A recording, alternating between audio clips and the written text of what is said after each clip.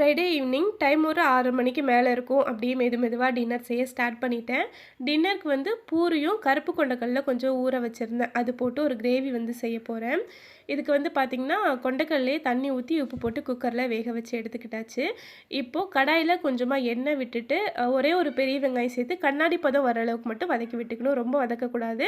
இப்போ 2 தக்காளி சேர்த்து சாஃப்டாக ஆகிற அளவுக்கு வதக்கிக்கணும். கிரேவி திக்காகிறதுக்காக கொஞ்சம் முந்திரி வேக வச்ச கொண்டக்கடல டேஸ்ட்டுக்கு கசூரி மேத்தி போட்டு நல்லா வதக்கிட்டு ஆற வச்சு அதை நல்லா அரைச்சி எடுத்துக்கணும். இப்போ இன்னொரு கடாயில் கொஞ்சமாக எண்ணெய் விட்டு இஞ்சி பூண்டு பேஸ்ட், பட்டை, கிராம்பு, ஏலக்காய் போட்டு நல்லா வதக்கி விட்டு பச்சை வாசனை போனதும் மிளகாத்தூள், கரம் மசாலா, சிக்கன் மசாலா ஆட் பண்ணி நல்லா வதக்கி எண்ணெய் பிரிஞ்சு வந்தது வேக வச்ச கொண்டக்கடல அரைச்சி வச்ச பேஸ்ட் தேவையான அளவுக்கு தண்ணி சேர்த்து நல்லா ஒரு 10 நிமிஷம் நல்லா பச்சை வாசனை போகிற அளவுக்கு கொதிக்க விட்டு கடைசியாக கொஞ்சம் கசூரி மேத்தி பட்டர்லாம் போட்டு ஆஃப் பண்ணிட்டோம்னா சூப்பரான கிரேவி ரெடி.